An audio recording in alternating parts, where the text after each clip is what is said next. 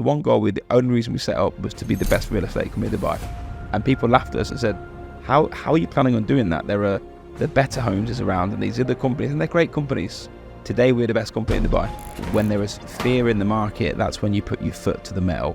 But not many people have that in their locker to be able to do that. They kind of do what the market does. So if everyone's selling, they try to sell. If everyone's buying, they try to buy it. But by the time you do that, it's just too late. Anyone could start a real estate company today, anyone.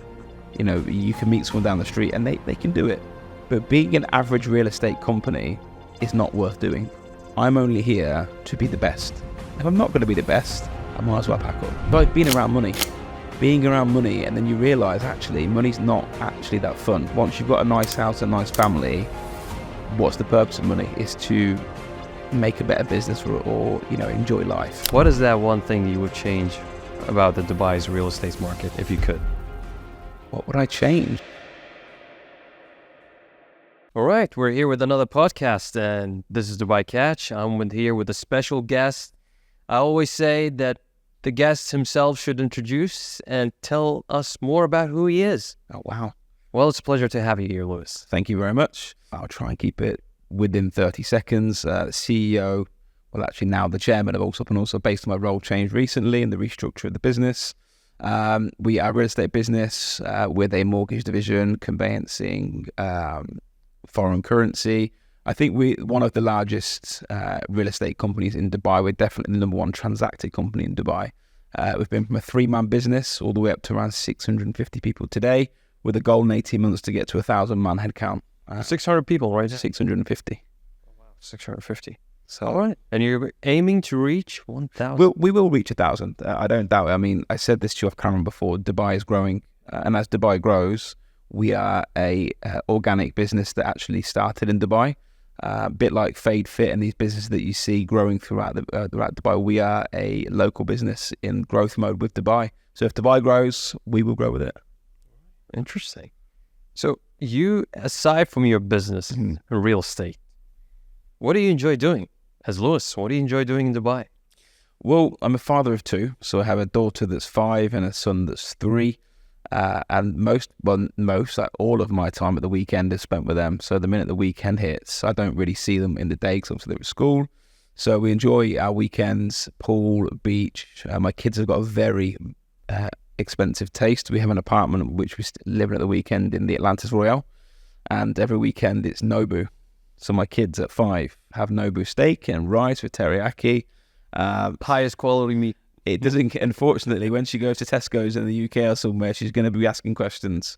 But no, I spend most of my time with my family. My life has evolved a lot from 19 years old when I come to Dubai to 38 today. The days of brunches and parties are long gone. My life is business and family. That's now. But before then, when you were 19 years old, starting here in Dubai, I was a nightclub's best friend. I used to... You could say I tasted the nightlife of Dubai, and I don't have any taste to go back into it. Right. You pretty much got it out of your system, as they say. Yeah, I mean, look, you go back to 2006-07, there was places like 360 in Jumeirah Beach Hotel, the island in the middle of Jumeirah in the sea. Yes. There was a place called Mahiki where I used to spend most of my time. And then we used to go all the way down. This is going to go way back to near Dira, where there was the Lodge and Kiva, which is an open-air nightclub in 2007 or 8. So I've been all over the place with partying. But like I said, I reiterate, them days are now gone. I feel like those days, there pretty much wasn't as much luxurious activities as you would compare today. Especially 2007, that's when the financial crisis. So 2006, I came here, January the 4th, 2006. So we probably had 18 months of good real estate, and then we started the business in 2008. But Dubai, definitely. I mean, when I came here, people still classed Dubai as the golden city and the place where you make millionaires overnight. So maybe it's not what it is today, because Dubai now you have world-renowned beach clubs and restaurants and hotel brands. Everything from the Westin to the W to the Atlantis. These places have landed in Dubai from international waters. So it's definitely become more glitzy. But yeah, it's been a journey. But coming there from UK, yes, right? Coming from UK at 19 years old in Dubai, where back then it was very less known as compared to today, I would say. How did you convince your parents, or did you just take the route and like, hey, I'm going to convince my friend. I don't need to convince anyone. I'm just going to go. So I wasn't allowed into senior school after 16. They wouldn't allow me in because I was what they call a disruptive influence. I'm not very good in school. I'm not very good in boardrooms. I'm actually good in boardrooms. I'm not good in classrooms. Did you go to college? Didn't go to college. Didn't go to university. 16 years old, I went to school. I went to work. And my first job that I had for 6 months is I sold heating and conditioning, air conditioning parts for 6 months, and then went into property. And basically how I ended up in Dubai, I had my own money, not a lot of it at that point, and a TV program about Dubai, and someone come up on the TV saying, I made £1 million this month, and I was like, whoa. And I made one phone call to an agent in Dubai and just said, look, I'm in real estate or estate agents in the UK. I'm looking to move to Dubai. Would you take me? They said yes. A week later, I jumped on a flight. So, and then you moved there and you worked for 1 year and a half approximately. Yeah. Before starting your own business. Correct. So you co-founded this business with your brother, of course. Correct. And that's why you name it Allsopp? Yeah, Allsopp and Allsopp. Allsopp and Allsopp. I get a lot of Arab people think we actually delivered soup because all soup. No, we're not soup. We're real estate. So everything you could say or do with the name has been mentioned before. But yeah, so I did a year in Dubai real estate. I worked for some really good companies learning about the Dubai market. And then in 2008, I remember just saying to my brother, I was like, we can do this. And I remember thinking at the time, bearing in mind I'd come from the UK, which had historical backing of, structure and how a business is run. And Dubai was still brand new at that point for, real estate businesses. And they weren't doing morning meetings. There was no hours for companies. There was no paydays. So you got paid every day whenever a deal came into place. There was no key performance indicators, what are called KPIs, for calls and viewings. And I said to my brother, I was like, wow, like if we set a company up and try and be a real estate company, estate agency, we're really going to make a mark. And we opened the business in 2008, all the enthusiasm in the world, every money that I'd made. And at that point, for 20 years old, I'd made quite a lot of money. I put every bit of money into that business. And the day we got the key for the business for our new office in Al Wasl Road, the newspaper come up with an Emirati guy with his head in the hand saying world markets crash, and every market you could imagine crashed. So you just started few months ago, weeks before the financial. Literally, I was going at that point and hoovering the office, and we were going to IKEA to get the flowers and these things, and trying to get the pictures on the walls. I was doing it all. I actually enjoy that part, but I miss when we set up office now, not doing that. But yeah, 10 days, 2 weeks into the office, bang. And then you tell anybody, there's a lot of companies that are set up in Dubai in the good market. Let me tell you now, you try and sell a property in a market when everything's crashing around you, and you call them and go, do you want to buy a house? And they're going, really? Are you sure? Were you seeing what's going on? But that ended up being the best thing that happened to me, because every big company in Dubai with big overheads and not great structures ended up cutting costs. And we were just 3 people in a 5,000 square foot office. And every week and every day we would chip away. And we had one goal. The one goal, the only reason we set up was to be the best real estate company in Dubai. And people laughed at us and said, how are you planning on doing that? There are the better homes is around, and these other companies, and they're great companies. Today, we're the best company in Dubai. Interesting. What I've noticed is what you've mentioned just recently, that you started during the financial crisis, just for sure. When I was also doing the podcast with Firas, yes, he started at the same time that you did. Yeah. Which is interesting that both of you had this aspiration to start a real estate brokerage and pursue to becoming the best. Funnily enough, again, I know Firas. I didn't know this till we spoke, but he said he actually came in for an interview at our place. Really? And for whatever reason, it didn't happen. And fair play to him, he's gone on to run his business. And I think, if I was to start a business again, I couldn't start Allsop and Allsop up today and try to replicate. It would be physically impossible, because it was the right time, it was the right place, there was the right... it was the right niche to hit that market. With Dubai being the way it is today, oversaturated with the real estate agents, every man and his dog from around the world has flew here to either set or be a real estate agent. Lewis Allsopp wouldn't be able to be Lewis Allsopp from 2008. It'd be impossible. You mentioned that was the perfect time and the perfect moment. A lot of people will not think this financial crisis is the perfect time to start a business, but you started in terms of real estate, which is where everyone's trying to run away from it, and that is really interesting. In COVID, I remember having video calls with all the property portals. Every company in the property portal, when we were on this video call with everybody, so you can imagine all the agents with the owner of the portals on the call, and they were like, we want to postpone our spending, we want to cut the spending. I went off the call. I made a private phone call to one of the top guys, or the owner of the portal, and said, how much discount are you going to give me if I double my spend? I want to double what I've got. They were like, what? Because I knew that when there was fear in the market, that's when you put your foot to the metal. But not many people have that in their locker to be able to do that. To kind of do what the market does. So if everyone's selling, they try to sell. If everyone's buying, they try to buy it. But by the time you do that, it's just too late. It's easy. I mean, anyone could start a real estate company today. Anyone. You know, you can meet someone down the street and they can do it. But being an average real estate company is not worth doing. I'm only here to be the best. If I'm not going to be the best, I might as well pack up. For sure. Now, doing this with your brother. Yes. How did that work out? Because a lot of businesses that I hear never work with a family member. But you decided to work with your brother and build that partnership and then build this company. How did that work, Roland? Do you have like mixed views? If you meet my brother, we're polar opposites in work. The first thing I say about working with a family, and I say this to everybody, if you can't trust your family in the world, basically you might as well give up on the world. You know, your brother is the person that you should be going, cradle to the grave with. That's basically where we're at with it. And when we set the business up, because we're yin and yang, I'm gung-ho. I'm aggressive to sell. I am good at selling. I'm good at... Carl calls me, I chuck a grenade in the room and Carl cleans it up. That's basically where we're at. Carl is the structure and everything else, and I am the sales side of things. And when we set up, the amount of clashes we had in the first 2 years, because Carl had his opinion, I had my opinion. Carl is older than me by 18 months. Obviously, I'm the younger brother. I had my opinion with more experience at the time. And there was a clash for the first 2 years. And what we came to figure out, and now we just say this, you do you. He knows my strengths. He lets me fly. I do what I need to do to help the business move forward revenue. And I trust Carl implicitly now with the structure of the business and creating a streamlined process. And it just now works. That's why it's been a success. What drove you actually to take that risk to start this business?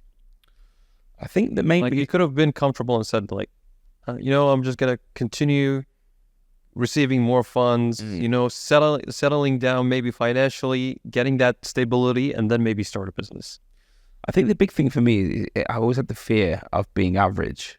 And I remember when I was 16 in the job, the first one I told you about, where I was selling heating spares, I used to get on the bus at 5:30, 5 a.m. in the morning. Bear in mind I was 16 and I'd just left school. What a reality check that was. Freezing cold England at 5 a.m. in December, it's pitch black. It's raining at 5 a.m. and you're waiting in a bus stop.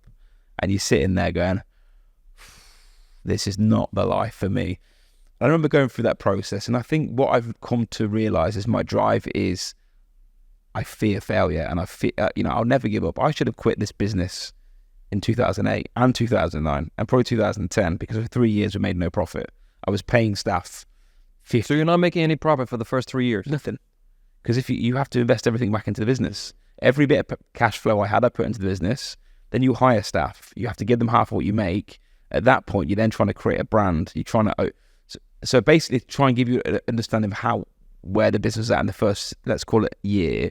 We had a 5-bedroom office, 5-bedroom villa, if you can imagine that. So 5 bedrooms upstairs, a living room downstairs. The living room was the reception. The back room, the dining table, was the meeting room. We put glass on there.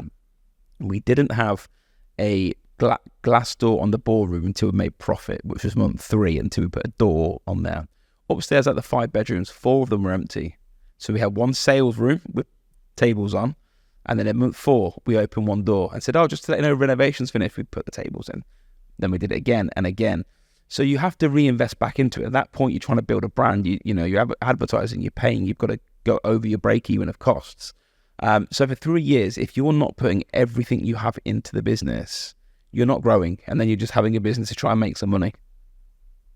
That is something that is also a different perspective than most people will do. Once they receive money, they want to spend it as much as possible to, other than the business. I just received my reward, so I want to spend it on myself to feel better.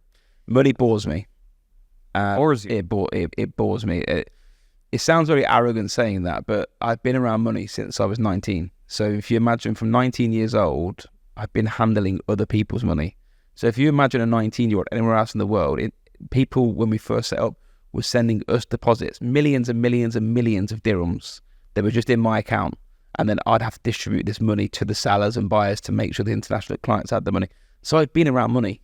Being around money, and then you realise, actually, money's not actually that fun. Once you've got a nice house, a nice family, what's the purpose of money? Is to make a better business or enjoy life. But make your life even better, whether it's health, fitness, your family, relationship, charity giving. I mean, you can't help people if you don't have the money to help people.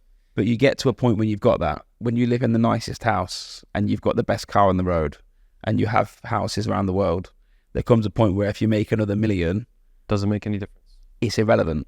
And I'm not saying that I'm not going to sit on the podcast and say that's exactly where I am. But then it's about my biggest achievement in life, believe it or not, is how can I help other people. I've probably made in our business at least 50 people millionaires sterling.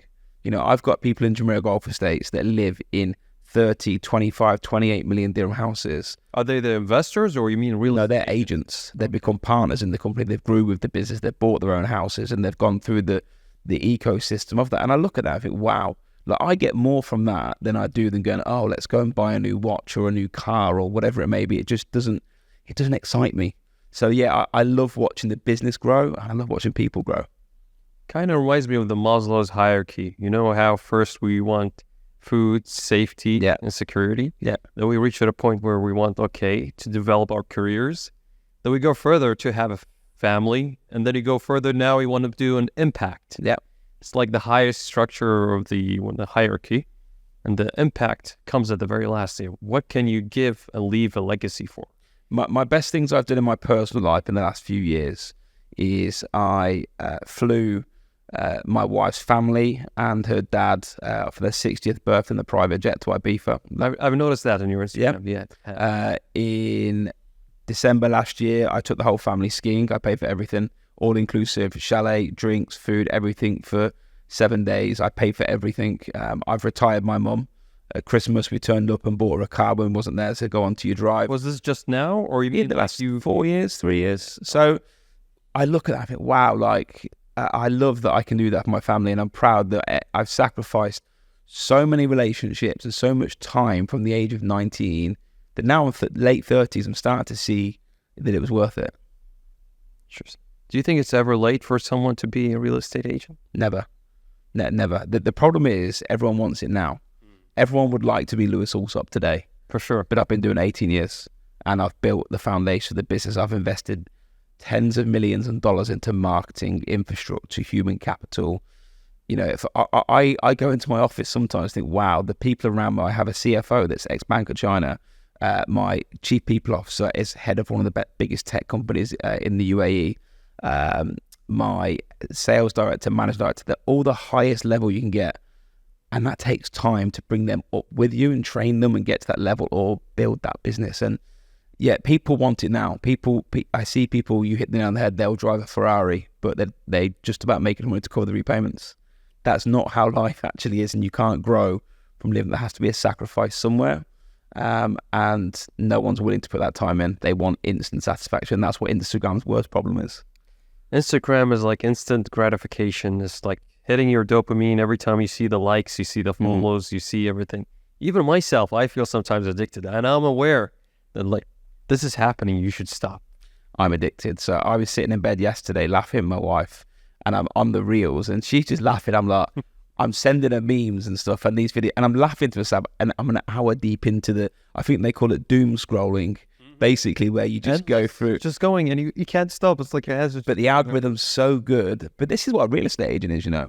Real estate agent has the same trap because with real estate, once you taste that really big commission check, you can't go back to a normal job. My top agent last month took home 1.7 million dirhams in his pocket in 1 month. In 1 month, How do you then go back to a job that pays you 20,000? That's like a paycheck of a high-level CEO in the United States or something. My wife worked with one of the biggest auditors in the world, and she was really high-level EA, executive assistant. And obviously she was privy to the salaries and things like that come through. And I would tell her what my agents are earning. And she was just like, Lewis, you understand, this agents that are moaning they've had a bad month, they're earning more than a president of these companies. Like a bad agent in this market would take home 70,000 dirhams. 70,000, a bad agent. I mean bad, medium to average. That's a really good, It's incredible. Yeah. But just to give you the mathematics. There's inputting this. A lot. I mean, if you're thinking about the average job, you will work 40 hours a month. Yeah. But when it comes to it's 24/7 agent, you're working like 24/7. You're on the call every time. You're 80 hours. The question is how many years do you sacrifice to climb the ladder to make 70,000? To give you the mathematics behind real estate, and I'll use Allsop and Allsop as an example. Average sale price is just under 4 million. Okay, use that as an example. We charge 4%, 2% to the buyer, 2% to the seller. That means the commission is 40, 80, 160,000. The agent gets half of that. So in one deal, they take home 80,000 dirhams for one average deal. Average. If you do that 2 or 3 times, which they do. But you got to find the right clients. Which is why you've got to work. Leads. But you've got to work for the good company. And that's where the trick's missed. Everyone chases the high commission that doesn't actually bring anything to the party. In this market, you have to work with a company that gives something back to you, not just a laptop and a high percentage. Sure.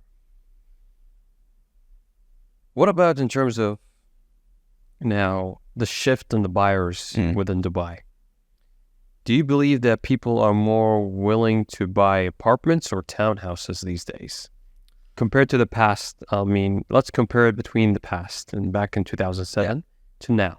Has there been a shift in buyers and what they buy? Do you know what's interesting? It's the shift of age. So if you look at me as the example, I've been here 17 years. I started in Marina. I then moved a few times Marina. I then went to Media City. I then went to Jumeirah Golf, Victory Heights, then to Jumeirah Golf. So what you can see is as I've got older, I've gone out further with land. And I think what you'll find is Dubai is growing up. Dubai is people that were in Marina, met their partner, they want a villa, they may have a dog, they want a garden. And what you're finding is that the more people that are coming here, it's flushing through people into Marina and starting that cycle for them to grow up with Dubai, to go through that transition. So I think it's very much based on who you are as a person. Is the deals happening in Marina every day, probably more than anywhere else in Dubai? But is there villa transactions everywhere as well? Yes. It's just based very much on the client. Interesting. So you would say that just because they're here and they find their partner, then they start to transition to that next life stage, which then they go into finding a villa or townhouse. I get it. If I was 19 today, honestly, I'd live in the Marina. Or I'd live in downtown because that's where everything is happening. I would go to Zuma in the evening in downtown, and once a beer, I'd hit the cantilever in the middle with the 11 restaurants in it. Or I'll go to Marina when I'll go to the beach and I'm 19. But as I get older, maybe I want a barbecue. I want my friends over. I can't bother to go out anymore. So life just changed, and I think that's how the market fundamentals work. But when I go to now, like Dubai Marina, usually you will not find much locals going there. You see mostly the expats living there. I see a lot of the buildings that used to be new back then, now it's very old. They're really old when it comes to those buildings. Do you think they'll potentially be renovated? Like they'll... Wish they would do JBR. Like, close the building down, tear it down, and then build a new... I don't think they can ever... The problem is with tearing it down is that they're all freehold. So effectively someone, let's say if I own the JBR unit, I had the right to that land from the ground to the sky. So unless everybody agrees, let's knock the building down, it's probably never going to happen. What's more realistic is maybe they would paint the building. As an example, JBR. I don't like the JBR skyline. I think that having that sandy effect gives quite a dated approach to the building, especially when you see some amazing buildings that are launching these days. I mean, yes, I'm seeing like some modern buildings compared to the old buildings that look sandy a little bit. Correct. So I don't think that will change. I think maybe they can upgrade them, but I think the location is key. I think that's maybe the exterior instead of the interior they can update. Yeah, maybe. It's just I think it's more of a paint job than anything else. For sure. And how do you see like the I'm seeing there's a trend where real estate is now becoming more community based. Every place that you go, there's securities, and then you have to go into that security. You have to belong to that community. So it feels like everything is being segregated. You're part of this community, and you only can be part of that community if you live there. You can't go there. What's your thought on that? Is this going to create an impact? I think it creates safety, which is the reason people are here. But it's already safe. Why you need that extra safety? I think, let's say, for instance... It's like barrier to entry, if you know what I mean. Yeah, I know, but I think the main thing is that how do you quantify who's in, who's out of there? So, for instance, one of the things in any community is they have a pool, they have basketball courts. If you go into your home area and then someone that doesn't live there is on your court, you're like, what is going on? So I do like the fact that it's a gated community. I mean, we have an apartment in London. We use that. They are community focused in London. So, for instance, they have community days, but it's not gated. They'll say, bring the community down. We'll have a kids' day. They'll go to the park. They'll get the jumping balloons out and the bouncy castle and everything. But it's still open. I think Dubai's strength is that there is a quantifiable knowledge for who's in the area. So why Dubai is safe compared to the UK? Emirates ID. Emirates ID, you go to the mall, they know your face, it scans. They know your blood type. They know how much you earn. Your tenancy contract is linked to your Emirates ID, your salary. Everything is linked to your Emirates ID. Which means that if we have a fight outside, not me and you, they will know in 2 seconds of face recognition who the guy is and then where he lives.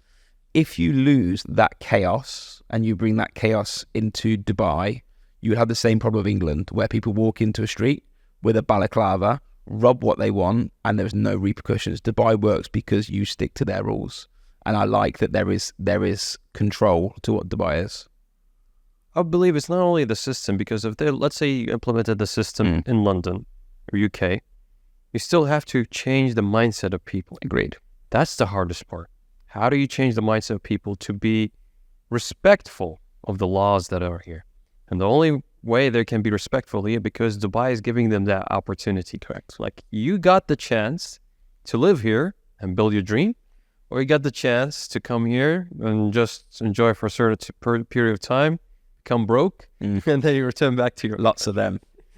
Yeah, I don't know. I just think Dubai offers the opportunity. Maybe the UK doesn't, with the high taxes. I mean, I just seen recently the new Prime Minister of the UK is saying that the finances in the UK are in a dire strait and they maybe need to increase taxes again.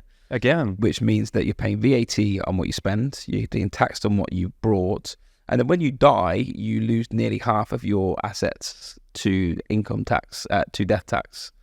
The whole ecosystem for the UK is not built for communism. It's not built for success. It's built for the governments. You know, in Dubai, what I love, and I see it so many times, whether it's Emiratization, the government, they're looking for them to perform. I've seen Sheikh Mohammed come out and say, you know, these divisions are the worst performing government sectors. And that's brilliant. Someone is looking at that. Imagine that in England. They'd be like, you can't say that about our business. Dubai is all about ownership. And I love that. It's always about also maintaining that best standard, international standard.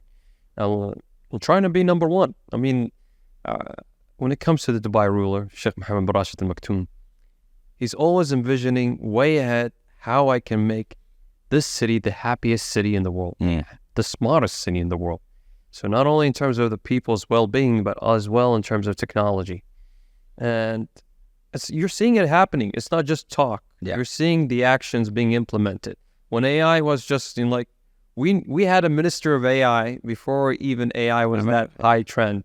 So you can see how far ahead we're thinking in terms of what type of plans already placed to have Dubai or have UAE as a whole thrive. Yeah. Thrive for the better security of the place, of this country. I think last year I met the CEO of Dubai Future, Kaflan Badal.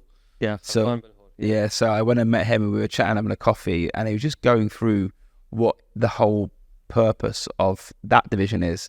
And when you see what they do, and they're trying to build businesses to push barriers of Dubai and the future of Dubai, like, that's just incredible. Like, you don't see that anywhere else in the world. And you hit the nail on the head. Dubai tries to be number one. And I think if you have that mindset, which you heard me say at the start, I won't be open if I'm not trying to be number one. Them type of people make Dubai. And that's right for those type of people to Correct. appear in Dubai, for sure. Now, going into the real estate business, I mean, you have this vast experience of 17 years. How important would it be between choosing a location and between having the property condition? We can have the best location, but with the property that aged 10 years or more, or we can have a property that is new, but it's just far away, you know, all the way in Arjan or somewhere else, just away from the city main. So the first thing is, a lot of people, you'd be surprised, do go further out. Dubai South 3 years ago was no one's cup of tea. No one's. As rents and prices crept up, what you see if you went, so I can get a garden if I go 20 minutes out. Now, 20 minutes out, or 25 minutes, it's nothing in England. People do that commute. I used to commute 45 minutes. Like, people do commute from London 2 hours in the morning. It does happen. So I think what you'll find is that location, yes, is important, but it's also what is it you need in your life. We said at the start about the family or the dog or whatever it is they're looking for. There are people today that are just going, I've lived in an apartment for 5 years. I have to have a garden, non-negotiable. And they will sacrifice the location for the house. So I think the number one thing for people is what the bedrooms and their needs are. And number two will be location. You'll be surprised. I think 3 out of 4 transactions that we do may register in one area and buy another area. And that's a broker's job.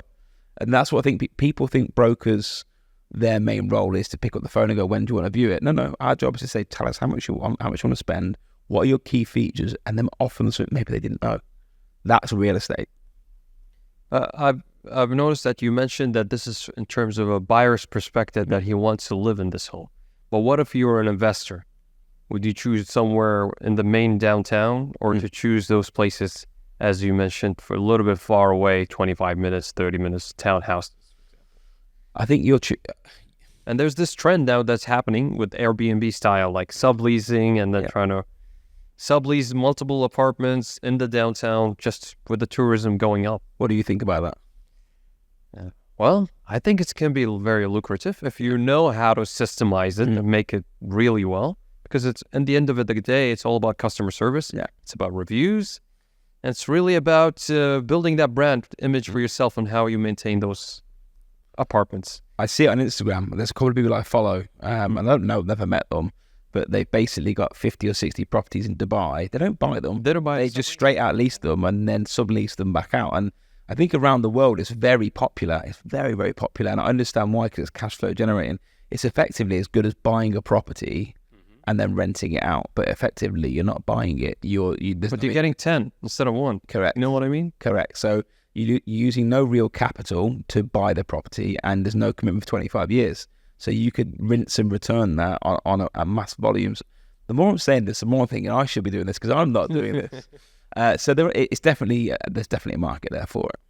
For sure. I think this is like something you can capitalize now, especially in Dubai, because Dubai is a city for tourists. Correct. There's always going to be demand for places to stay for a short period of time. Not a lot of people are fond of hotels. They want to have somewhere bigger space than a hotel would provide. Like a hotel will provide 200 square feet to 300 square feet. Usually. The studio, you can go from 600, 700, and you can go to 2-bedroom, 3-bedroom. We have a holiday homes division, so we haven't got like thousands of units, but it does very well. And that occupancy is 98%. 98. And how do you do most of the marketing for that? Do you go Booking.com, Airbnb, we go to these places, that's it. You don't do like sponsored ads? Or don't need to do anything, because basically the portals have enough traffic to be able to create the demand. So the biggest problem is we don't have enough properties. So if you are a landlord listening to this and you want short-term rent, call me. Definitely catch up with them. For sure. So what's your take on the current supply and demand on the Dubai's property market? So in 2019, I went onto the radio, 2020, with Brandy Scott and Richard Dean on Dubai Eye. And I remember going on there and saying to them, it's undersupplied, dramatically undersupplied. And they were like, you're the only person to say that. I said, just wait and see. My population statistics show me. There's no doubt about it. I think 10 years ago, we're at 2.2 million. We're now at 3.7 million. We're growing over 100,000 people, minimum 150,000 population every single year. And it's not going to go down. And then how many handovers? I think the year before was 40,000. This year we might hit 100,000 if we're lucky. So the key cocktail for Dubai is not, are we undersupplied? It's like, we're definitely undersupplied. I don't doubt that for a second. The price dynamics going up like this shows you this.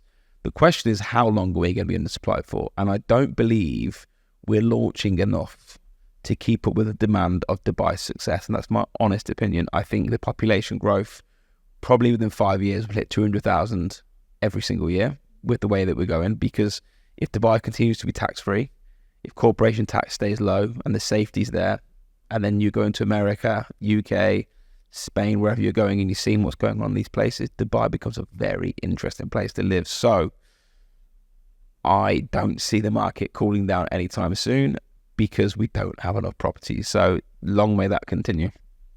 For sure. But not too much. But I see that also there was a trend about saying that a majority of the handovers of supplies of units will be provided by 2025 to 2026. Yeah. A lot of projects that started in the COVID time would finish by then, by 2025, 2026. But when it comes to all the supply, I still, as you said, I see that there's an increasing trend in tourists coming here, tourists loving this place, and then they instead of becoming tourists, they're residents. There you go. Which is the cocktail. This is the special thing about Dubai. You come here and you fall in love with it, and then you want to be part of it. So it's not that Dubai is the best property market, the one everyone should invest here. There's an ecosystem that people need to understand about Dubai, and it's how Allsop and Allsop really works. We register 5,000 clients a month. Out of the 5,000, probably 3,500 are tenants. Now you're going to go, that's rentals, that's not massive money. Bear in mind, I've been going 17 years now. If you work out this, you become a tenant, we register as a tenant. We've got automations and triggers in place to call you. Once you're a tenant, you go to renew. I know you're probably going to get a mortgage for us, so we'll call you, hey, your tenant's right, do you want a mortgage? Yes. You then become a buyer. But what happens in 5 years? You become a seller. And the seller becomes a buyer. And the buyer becomes a seller. And what you're doing is we're pouring more and more tenants into the market to continue that ecosystem. That's where Dubai. So you build that ecosystem. Yeah, we build. We've got the triggers and automations and technology and AI that we have in place at the moment is second to none. But where the real strength is the amount of leads that we generate. I said before, we generate 5,000 customers a month. This is not cold calling. This is not anything other than people inquiring on our properties to rent, buy, sell, manage maintenance, mortgages, whatever it may be. We have their phone number, email address, data, where they live, and then we're able to convert that into our clients. But you said most of them are from here. They're not actually leads coming from overseas. Correct. I'd say 90% of my business is Dubai based. Okay. And you're advertising mostly Dubai based. You're not advertising to overseas leads, I would say. So we spend about $100,000 a month on Google PPC international. Okay. So that gives you an idea with that. So we'll always we'll look at the demographics where people are buying from. If people are buying in the UK, Spain, US, we will target keywords for Google on there. But generally, most of the AE spend is there, to buy property, to buy rent property, to buy. If you go onto the search engines, we're on the top page for organic searches for most of the keywords in Dubai. How do you see in terms of the financing options that are available in Dubai? So let's say, for example, a mortgage. I got a mortgage, for example, for my apartment that I live in Meydan. Yeah. And when I think about it, I think about like the 25 years or the 20 years that I'm going to pay and the interest costs of this. A lot of people say just, try to finish as soon as possible. Yeah. Finish the mortgage. Finish it in 5 years instead of 25 years or 20 years. What's your thought on that? Should person save their money, go buy another property, or should they continue to, finish their mortgages as soon as possible and then start purchasing another property? I would never, ever finish my mortgage early, ever. I mean, let's be honest, but let's call it a 5% interest rate at 20 years, hypothetically. Technically, you're paying this double the same price, the purchase price. So 100% of the value of the mortgage. So if you get $1 million dirham property, you're going to pay $1 million dirhams over 20 years in interest. So that's a given. So you just got to take that on the chin. Two things you need to know. First of all, owning a property, you're in a better place than renting. Because first of all, you're paying your own mortgage. And this is what people seem to miss. If you own a property in Meydan and your mortgage is 10,000 dirhams a month, you are paying out of that 10,000, hypothetically, 5,000 interest and 5,000 of repayment.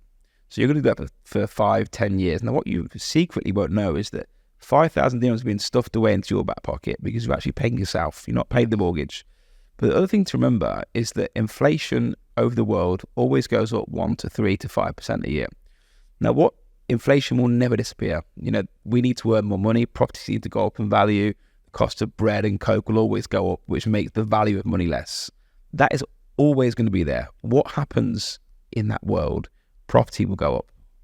So if you want to beat the interest rates, just live in your house and let the property value go up. Me personally, I bought properties over the last 3 to 5 years, have been the best investments of my life. Just owning houses, the best investor. Just live in the house you've got and watch inflation and property prices continue to increase. But how far can it increase? If you think about, like, let's say about a property, you have an apartment that's 7 years old, but by the time 10 years later, it's 17 years old. Don't you think it will cost a lot to maintain it? And my property in London was built in 1700s. Oh, wow. So it is what it is. I think structurally they'll be fine, unless someone can tell me otherwise. And then it's just the maintenance of the building. So there are buildings all around the world. Like Dubai was building properties in 2006. They've not done it blindly. They would have took architects' advice and builders' advice and gone through the whole. People have this thing, and I do hear it internationally. These properties won't be around in 10 years. Okay, well, they're around in Florida. They're around in Vegas. They're around in Texas. They're also 100 degrees and 100 Fahrenheit, whatever it may be.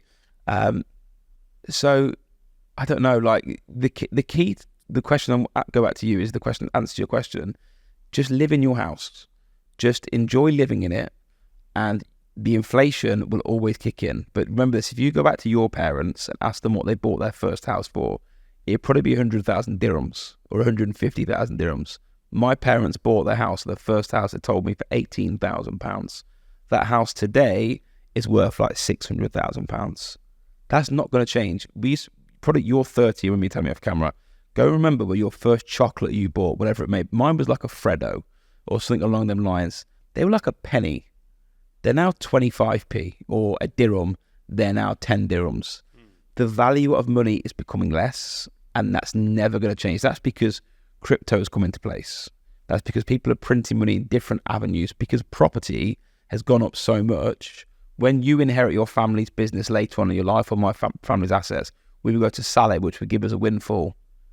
That windfall is actually devalued over years. So it's just understanding that concept that money's not going anywhere. The more you gain, the less it becomes valuable. It's like, instead of saving it, you should use it as a tool to build your asset. So I have very limited money in my bank. And I tell everybody this. I can call on money in 8 minutes, so I'll have the money back to me. My money's in fixed deposits, shares, properties, anything income generating, or anything that I think is going to come value. So one of the things I invested in quite big last week was Salik. My logic with Salik is that IPO? Yeah, well, it's already on the market, free trading now. And the reason I did it is my logic was I like the business, I like the model. Are there more people coming to Dubai? Can they potentially charge more for Salik? Are the roads going to get busier? Yes. That business, if I put money into it... Self-sustaining, it just keeps going. Because they always have to go through that route. So if you've got money in your bank and you've got, let's call it 100,000 dirhams, put that money into Salik, put that money into fixed deposit, you win. But how much money you should keep as a hold, just for any emergency fund?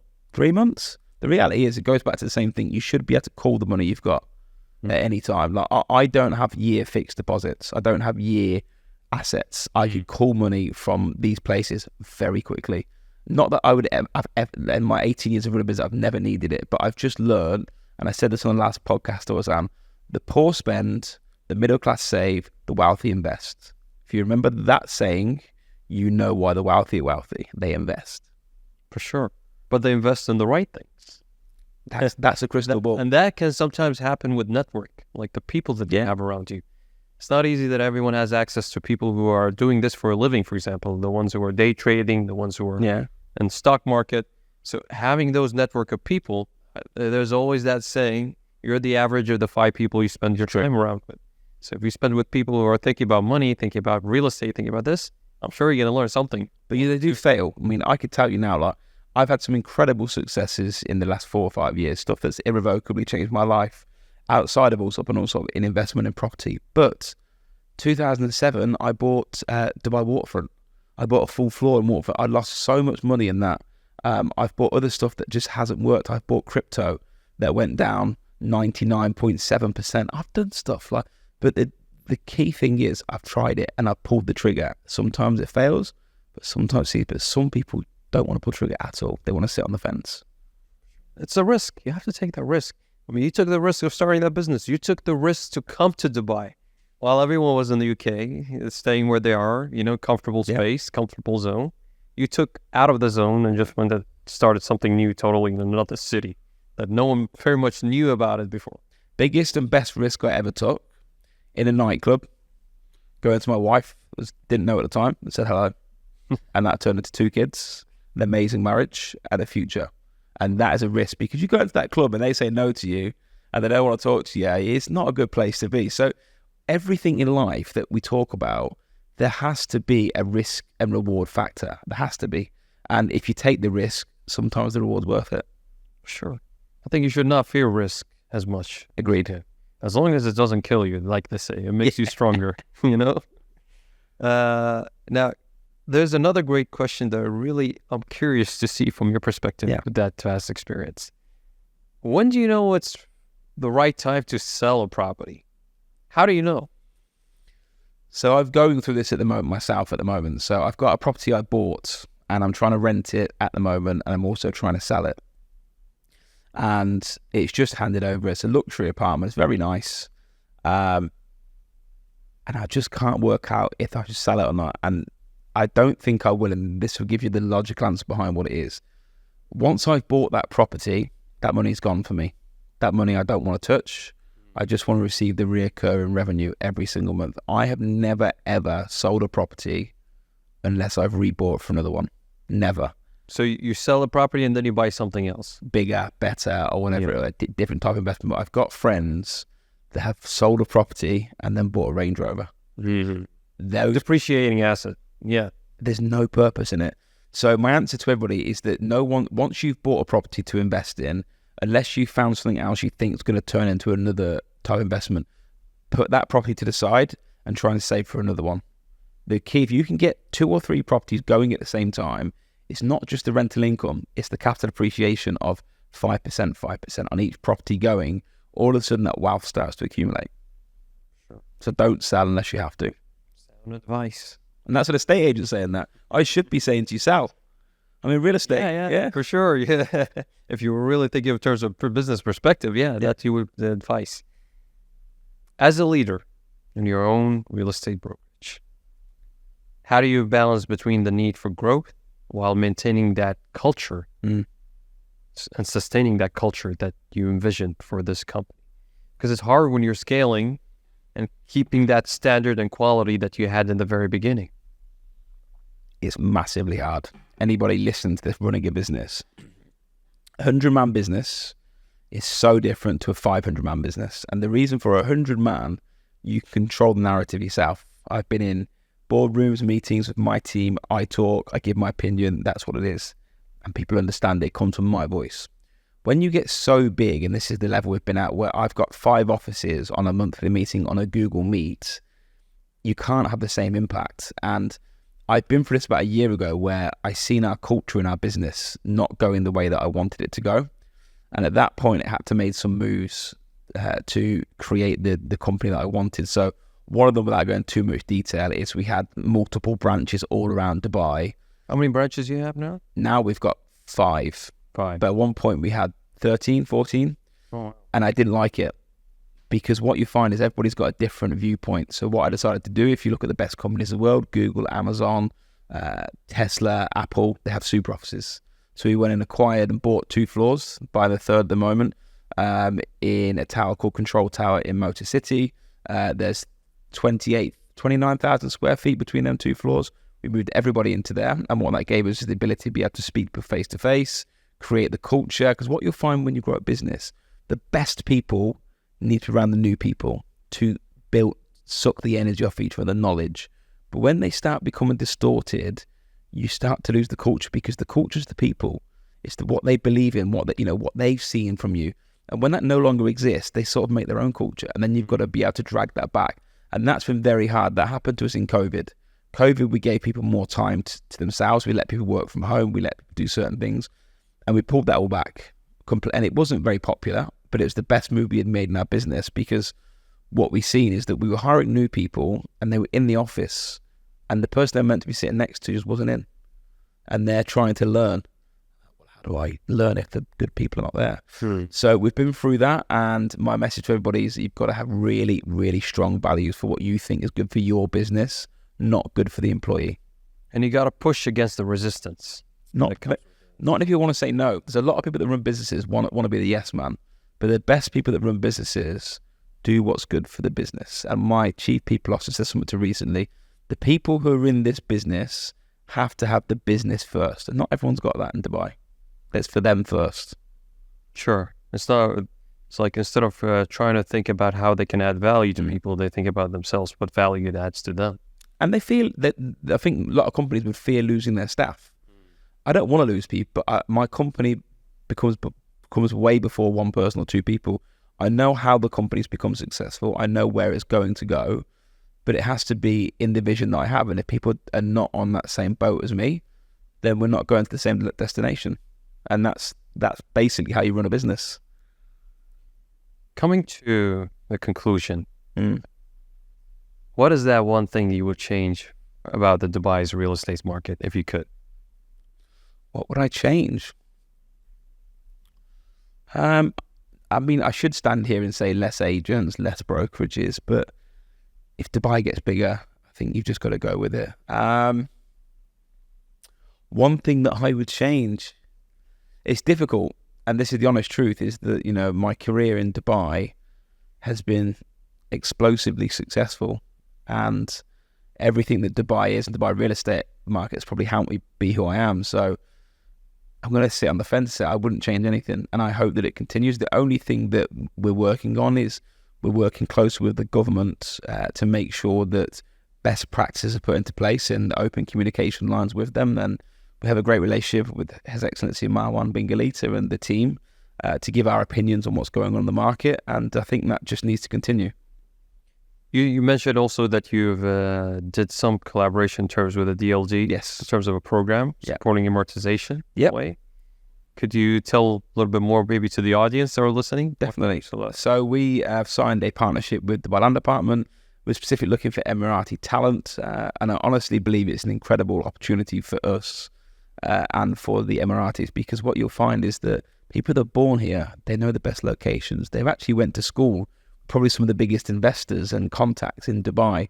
And I think if we can get these guys on board, understanding what real estate is in our culture, as in it's no longer, a handshake, that the whole market has changed dynamically. And we've had some incredible workshops with some incredible talent where we're explaining what the real estate market really is, because now it's about prospecting, speaking to sellers, going through what their needs are. So we're looking forward to hiring some of the best talent, and if anybody is looking, we're happy to set up some interviews. Absolutely. And going to the final question. What has been the most rewarding aspect of your career? What would you say that after this 17 years you've been here in Dubai, building that business, doing real estate, what was the most rewarding part?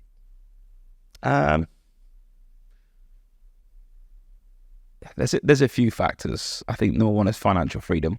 I think that's a big part of it. But if you take finances out of it, you've then got the people that have changed their lives irrevocably working at Allsop and Allsop. But I think the third thing for me, what I've enjoyed the most, is living in Dubai. I think people really don't understand that. Like, I was selling stumps in the ground at the Burj Khalifa and selling payment plans off floor plans in 2006. And then you sell the Palm Jumeirah when they weren't ready, the villas weren't ready. And you go through this thing of seeing Dubai evolve and grow. And people are like, oh, it's so glitzy and show. I'm like, it wasn't like that when I was here. So my biggest rewarding thing is, I think Dubai being the best city in the world, it's grew up around me and I've grew up with it. And I like that. So it feels it's your home. It is my home. Well, it's a pleasure to have you here. You too. Thank you so much. I think a lot of the audience learned so much about the real estate industry here. And maybe next time we'll catch up again. Definitely. Sure. Thank you. Thank you so much. Thank you.